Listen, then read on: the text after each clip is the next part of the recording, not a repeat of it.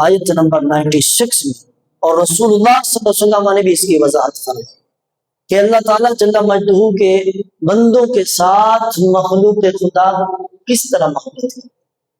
یہ اللہ تعالیٰ جل مجدہ کے عطا سے فضل سے ہے۔ صدیوں سے دنیا بھر کے مسلمان جن بزرگان دین سے والہانہ الفت اور عقیدت رکھتے ہیں، ان میں ایک نمایاں نام فیض عالم حضرت داتا گنج بخش علی حجویری رحمۃ اللہ تعالی، علی بن عثمان حجویری رحمۃ اللہ تعالی۔ آپ سے دنیا محبت کرتی ہے تو یہ رضا الہی ہے اور اللہ کی عطا ہے، اس کا فضل ہے۔ داتا صاحب رحمۃ اللہ تعالی کا وصال 983 سال پہلے 465 ہجری بمطابق 1072 عیسوی میں ہوا تھا۔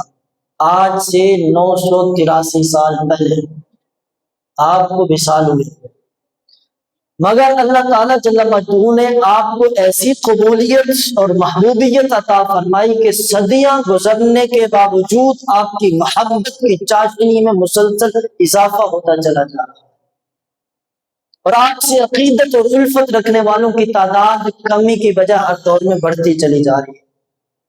میں جہالت پرستوں کی بات نہیں کر رہا، جو جہالت پر مبنی اپنی خرافات کو وہاں کرتے ہیں، میں اس کی بات نہیں کر رہا، میں حقیقت کی تعلیمات کی اصل ان کے مشن کی بات کر رہا ہوں۔ اس سال آپ کا 983واں عرس مبارک ہے، 18 19 20 سفر ہوتا ہے، اور اس سال 2 3 4 اگست آ رہا ہے، بروز اتوار پیر اور منگل تقریب، تو پورے تز و احتشام کے ساتھ منعقد ہوگا۔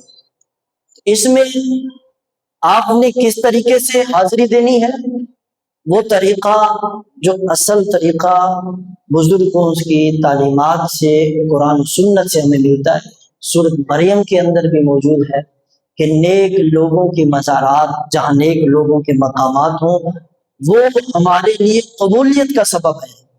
رب کی بارگاہ میں وہاں جا کر مناجات کرنے، دعا اللہ سے کی جاتی ہے، مانگا اللہ سے جاتا ہے، لیکن اس جگہ کی برکت، یہ مسجد ہے، اللہ کا گھر ہے، یہ مقبولیت کی جگہ ہے، یہاں دعا مانگے آپ کی دعا قبول ہے، امید ہوگی کہ اللہ ضرور اس جگہ کو مقبولیت فرماتا ہے۔ نیک صالحین کی قربت اور صحبت بھی مقبولیت کا درجہ رکھتی ہے۔ حضرت مریم کے پاس جب بے موسم پھل دیکھے تو پتہ تھا کہ یہاں رب کی رحمتیں برس رہی ہیں، تو دعائیں کی نا نبیوں، اللہ نے عطا فرمایا۔ مخدوم امم رحمت اللہ تعالی جیسی عظیم ہستیوں سے الفت، یہ دونوں جہانوں کی سعادت کا ذریعہ ہے۔ اس محبت کے حسن میں نکھار تب آتا ہے جب بندہ ان کی تعلیمات کو اپنائے، ان کے اصول کو اپنائے، ان کی تعلیمات کو اپنی زندگی کا حصہ بنائے۔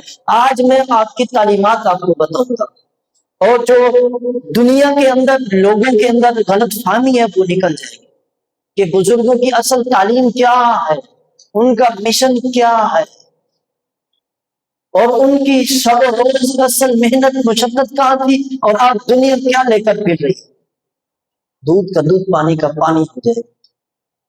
اب قرآن کریم میں اللہ تعالیٰ جل مجدہ نے ترغیب دی، اہدنا الصراط المستقیم، کہ یوں دعا کرو اللہ ہمیں سیدھے راستے پر چلا دے، صراط الذین انعمت علیہم، ان لوگوں کے راستے پر جن پر تیرا انعام و احسان ہے، غیر المغضوب علیہم ولا الضالین، نہ ان لوگوں کے راستے پر جن پر تیرا غضب ہے، اللہ ان لوگوں کے راستے پر نہ چلانا جن سے تو ناراض ہے، نہ ان کے راستے پر جو لٹکے ہوئے انعام والے لوگوں کے راستے پر چلا، جن پر اللہ کا انعام ہوا ان لوگوں کے راستے پر چلنے کی تعلیم قرآن کریم میں دی۔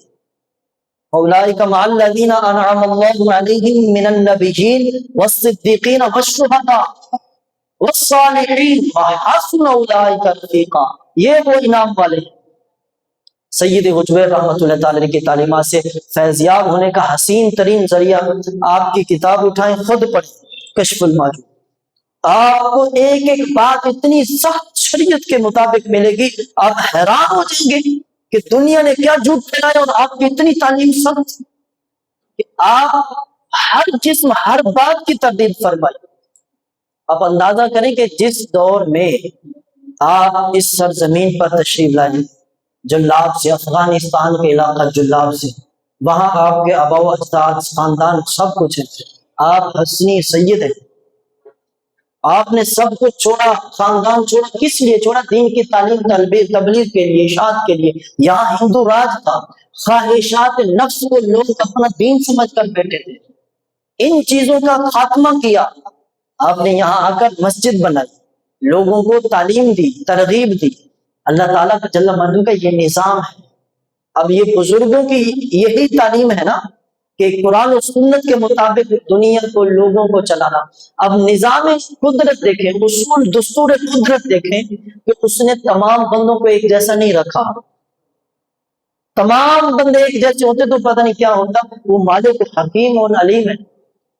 معاشی حالات بھی سب کے یکساں نہیں، کوئی امیر ہے تو کوئی غریب ہے، کسی کے پاس دولت کی فراوانی ہے تو کوئی افلاس کی زندگی اور اس کشمکش کے اندر ہے۔ وہ مالک کی مرضی ہے۔ قرآن و سنت میں یہ تربیت دی گئی ہے کہ حالات کا یہ فرق بندوں کی آزمائش کے لیے ہے۔ دونوں غریب غربت میں رہ کر اللہ کا شکر ادا کرتا ہے کہ نہیں کرتا؟ امیر امیری سے رہ کر اللہ کی مخلوق کی خدمت کرتا ہے کہ نہیں کرتا؟ وہ شکر گزاری کے اندر آتا ہے کہ نہیں؟ دولت مندوں کو اپنی دولت پر ہرگز غرور نہیں کرنا چاہیے، اللہ کا شکر ادا کرتے رہنا اور تنگ دستوں کی مدد کرتے رہنی چاہیے۔ یہ مدد بھی احسان کے طور پر نہیں بلکہ خدمت سمجھ کر، خادم بن کر، نوکر بن کر خدمت کرنی چاہیے۔ یہ نہیں کہ میں آپ کی یہ خدمت کروں، نہیں، ہرگز نہیں۔ مالدار شخص کو ہمیشہ یہ شعور بیدار رکھنا چاہیے، اگر اللہ تعالیٰ جل مجدہ چاہتا تو میں غریب ہوتا اور دوسرا بندہ امیر ہوتا۔